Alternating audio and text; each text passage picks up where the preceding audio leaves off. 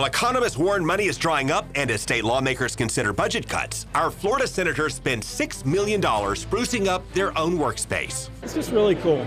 You know, I think we kept that traditional look that the Senate needed. And this inmate blew the lid off the Florida prison scandal, and he's now sending us more letters from behind bars. He told you to clean up the crime scene. Yeah, on inside the yellow tape.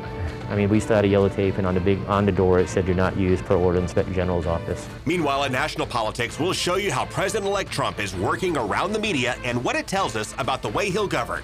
Plus, on the lighter side, if you want to avoid talking politics at Thanksgiving, Charlie Belcher has some tips. Did you notice how you both like cranberry sauce? Isn't that great? Fantastic. You like cranberry sauce? It brings us together. Do you like cranberry sauce? This is Money, Power, and Politics.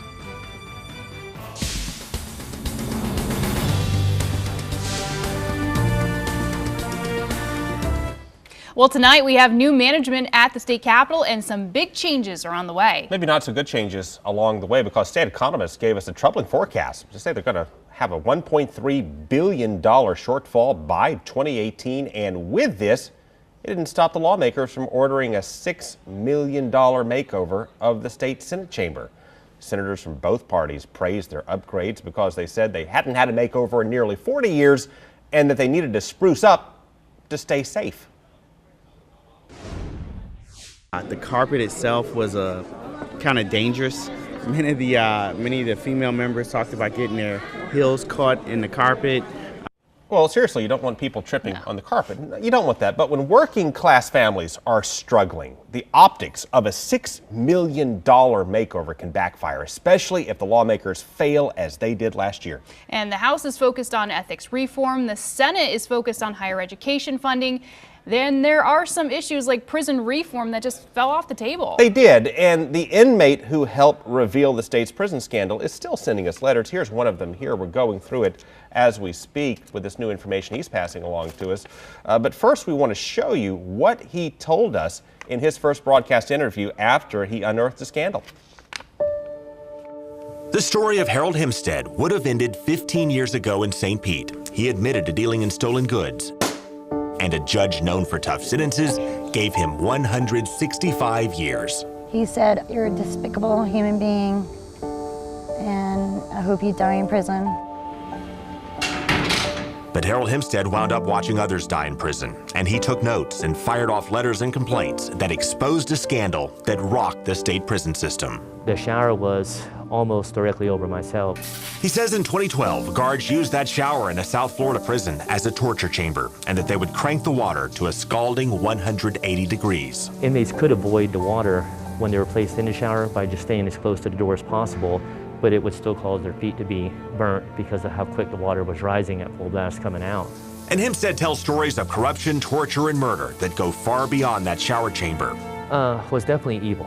He sent us a stack of letters and agreed to his first television interview on what he witnessed. At first it was 2 and 6 point conversions, and I really didn't know what those conversions meant. He says it meant the guards starved the inmates, particularly the mentally disabled, and scored it like a game. The 3 point conversion would be to 3 days for lunch and dinner. He says the sergeant compared it to a Nazi concentration camp. And when the inmate was brought in, he would just say, "Welcome to Auschwitz."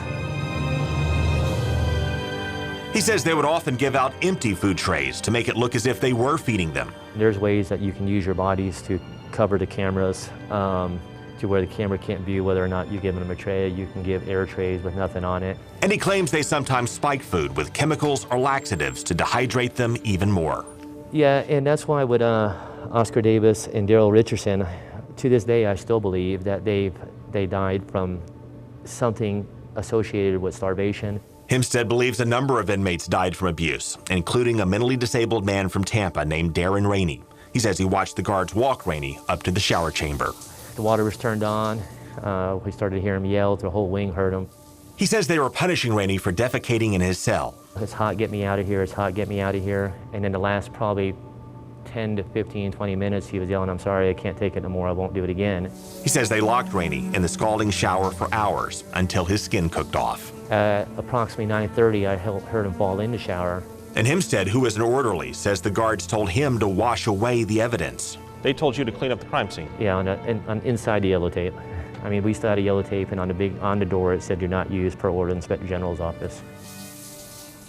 Yeah, Darren Rainey died more than 4 years ago, and his death is still under federal investigation. Meanwhile, the state prison system committed to a series of reforms after Harold Hempstead spoke out. We're going to drill into all of that a little later, but Marissa, for now, we've got some big changes in Washington. Yeah, President-elect Trump is changing his tune on climate change and prosecuting Hillary Clinton. First, he scolded the New York Times in a tweet. He said he canceled today's meeting with the failing New York Times when the terms and conditions were changed at the last moment. Not nice. Then he met with the Times editorial board. He said he does see a connection between human activity and climate change, but he's previously said that he is not a big believer in man-made climate change. He also previously said he would put Hillary Clinton in jail, but now Trump says he's not interested in prosecuting her. And Rudy Giuliani explained why. Look, there's a tradition in American politics that after you win an election, you sort of put things behind you. And if that's the decision he reached, that's perfectly consistent with sort of a historical pattern of things come up, you say a lot of things, even some bad things might happen, and then you can sort of put it behind you in order to unite the nation. So if he made that decision, I would be supportive of it. A lot of bad things were said this go around. Look, while he met with the Times today, Trump is still largely working around the national news media. And his YouTube video yesterday shows us how he may continue to do it as president. Whether it's producing steel, building cars, or curing disease, I want the next generation of production and innovation to happen right here on our great homeland, America, creating wealth and jobs for American workers. And the strategy there bypassed clearly reporters and their pesky questions and deliver the message on his own terms. He spelled out his plans in that video, but he did not mention repealing Obamacare or building the wall. He doesn't necessarily mean that he's backing off of that. He's not. He's just focusing on what he thinks that he can knock out of the gate first in January and beyond. And he said he'd derail the Trans-Pacific Partnership because he knows he can do that on his own. And he also thinks he can strike a deal on rebuilding a lot of our bridges and roads. And that may be his first order of business because he might be building on his brand as a builder, and that's an area where he may be able to bring Republicans and Democrats together, and he knows that. Meanwhile, there really is a plot to try to take the election away from Donald Trump in the Electoral College. What, there are a half dozen maybe electors committed to the Democrats who are trying to convince the Trump electors to switch over and break their pledge. Yeah, he would have to change 37 votes, or 37 votes would need to be changed in order for that to happen. And that's not something that's ever happened in our country's history. But is it possible? Well, possible, but that's not going to happen. Chances less than 1 in a million, I would say. Okay, what's coming up here? Well, Trump won't officially win the presidency, but like we said, we're going to catch up with Charlie Belcher and how we can calm down those crazy discussions during Thanksgiving that might turn into politics. Yeah, this is our humor segment. We're going to have some fun with this. Charlie's going to show us how we can survive the holidays.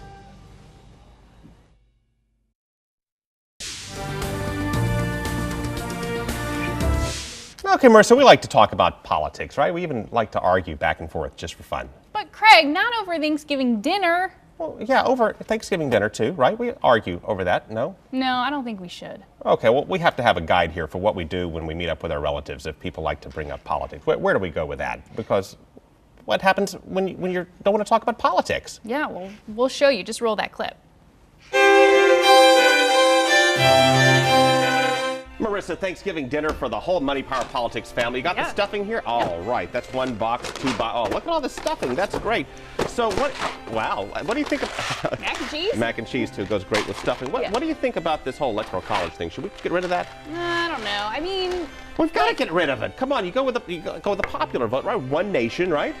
Yeah, but I mean, this has been in the Constitution since the beginning of our country. Like, why are we going to get rid of it? You know what's funny is how you're both right. Yeah. It takes both sides to bring that together, right? Togetherness, you're right? He's right. You're right that popular vote matters, and it does. We count them. That's right. And you're right. It's the Electoral College. Let's give a voice to the voiceless. Oh, see how you're both so similar? And we're back to macaroni and cheese, and we've got the corn, and thank you so much. I wonder what Billy Bush is up to today. Well, I know he doesn't have to go to work.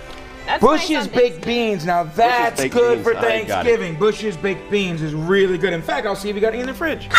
Oh, this is great looking cranberry sauce. Trader Joe's. This is good stuff. Yeah, it's healthy stuff. So why didn't Clinton spend more time in Michigan? She had to, right? She needed Michigan to win. Why didn't she spend more time there? Because she was too busy spending time in other... Did you notice how you both like cranberry sauce? Isn't that It's great? fantastic. You like cranberry sauce? It brings us together. Do you like This is cranberry tied. sauce? Yes. You both like something. That's important on this day. So you think we have enough stuffing here? We've got 3 boxes. I mean, how many people are we feeding? Well, 3 of us right now. What about Donald Trump when he said You the know, federal judge... there's coffee back here, Oh. so we can make Oh, coffee. good. After we eat, we'll drink coffee. Yeah, that's good. Yeah. Yeah. Yep. Yeah, Got it. yeah, yeah, Got it. yeah, yeah. Yeah, Marissa, you know, I look at this and I think, you know, applesauce really is an underrated side dish. It says it's unsweetened. You know what's not sweet? What's that? Donald Trump doesn't seem to still like the media that much. Well, that reminds me of what he... I thought you were going to go transition. I had a transition joke. That's all right. And no Thanksgiving would be complete without the applesauce. It is a really underrated side dish. Yeah. It really is. This one's unsweetened. You know what's salt? Okay, we're making the apple muffins. Sorry, I messed that up.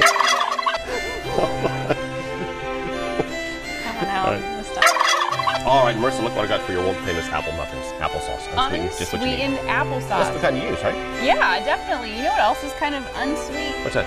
Trump to the media. Oh, did you see what he... Speaking of the media, I love it when everybody does their Thanksgiving specials on TV. Yeah. I love the Charlie Brown the Thanksgiving, Brown, and I just love that program. Snoopy, yes. That is perfect. Oh, can't wait. I love a cranberry sauce. It transitions so well from Thanksgiving to Christmas Speaking dinner. of transition, can you believe what the transition has...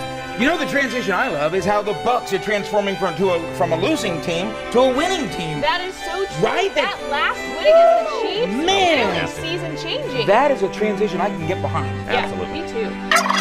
We got a lot of this stuff. Next thing we got to do is got to put this in a bowl. That's the next thing we got to do to make the dressing. Right? You know what? Speaking of things up next, I wonder what's going to happen to the Democrats. Oh, well, you know what's... I'll tell you what I'm going to do next. Get ready for Christmas, right? Oh, right yeah. around the corner. You Gotta gotta do my make shopping. your list of Santa. I love putting my I love decorations Christmas. right I after love it. Thanksgiving. Yeah. Right? We all love that. Can't wait. Well, Marissa, this is the quick 1 minute for your oatmeal cookies. Is that the right? Is that Barbara Bush there on the front? Oh, that is just rude. But speaking of the Bushes, I wonder what Jeb Bush is up to these days. Well, you know, he's got... I'll tell you what I'm up to. About 6'2½". Can you believe it? I mean, I am still growing, I think, maybe. Me too. Yeah. How tall are you, Craig? I'm 5'11". Is that right? You look taller on TV. Well, thank you. Aw, thank you, Charlie. Thank How you. about That me? makes me feel You good. look great all the time. Oh, okay. Yeah. Thank you. No problem. Okay, Marissa, for pie, we got the cherries, we got the... Oh, I forgot the mincemeat. What? The mincemeat. I forgot the mincemeat. What are we going to do? What is mincemeat? All right, I don't know. All right, everything's cooking. I can't wait to kick back later and watch some football and Yeah, that review sounds- the debates. Oh, No, not today. Today is about coming together as one nation, being thankful for all we have in our lives, for being thankful that we all have a voice in this country. We do. And we're just going to sit down and we're going to enjoy family, fellowship, and food. and football. And football. Okay. And politics. No. No. Not until Friday. Well, we hope that does help you in your Thanksgiving feast. And coming up, Adam Goodman predicted the Trump revolution on our show, and tonight he'll predict Trump's first 100 days. Yeah, we're so long from finished. We're also going to map out the president-elect's Thanksgiving trip through Florida.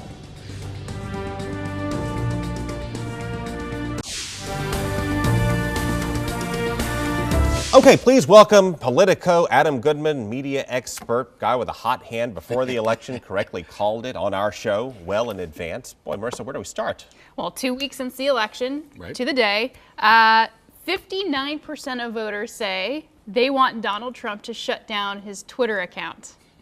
I think that the whole social media world would come to a halt if Donald Trump stopped tweeting. I mean, he probably has 25% of Twitter stock now because he is absolutely redefining how people communicate in politics, which is refreshingly spontaneous. And yes, there are times when he even himself thinks maybe I should have held back a few more minutes on that one. But it's good. It's good. And I think it's the new way that people are communicating. It's the new way politics is moving. And then yesterday he delivers a message on YouTube to the American people. That's not something we've seen before in presidents. You're going to see a lot of first. And a lot of things are going to feel unfamiliar to a lot of people. But we've entered into a whole new era in politics. I think it's an era of direct democracy, where people feel more engaged and a part of it than ever, and they can communicate that engagement literally on a second-by-second, minute-by-minute basis. I think that's good. It means that less will be filtered to them, more will be presented to them, them being the American public, and they can then move and make more informed, intelligent decisions from there. Well, this is the part where we shackle his feet to the set, and he Here can't we leave go. until he gives us a prediction. I knew it was a good, warm-up. solid, specific prediction. Fella who predicted the election, predict for us something concrete that will happen in Trump's first 100 days. The most important thing he will do in the first 100 days is make an announcement, probably close to the end, of a major infrastructure project that will be worth over $1 trillion. You know, we go back to the last major one, which was FDR, the Works Project Administration, which created 76,000 bridges and over 600 million miles of roadway. I think we're looking for that kind of thing. It's called investing in America. It will create American jobs. Republicans and Democrats will unite behind that because of the need for jobs in this country. And one last thing, it's going to feel good. Because I think Donald Trump is moving from, let's make America great again, to where he wants to be, which is it feels great to be, a part of this and to believe again. And I think that the infrastructure project is the big road, no pun intended, to get there. Adam Goodman, thank you for your time. Thank you. All right, coming up, President-elect Trump has been spending his days lately putting together his staff in New York City until now. Yeah, he'll be breaking away for the holiday in the Sunshine State. We'll tell you where he'll be after the break.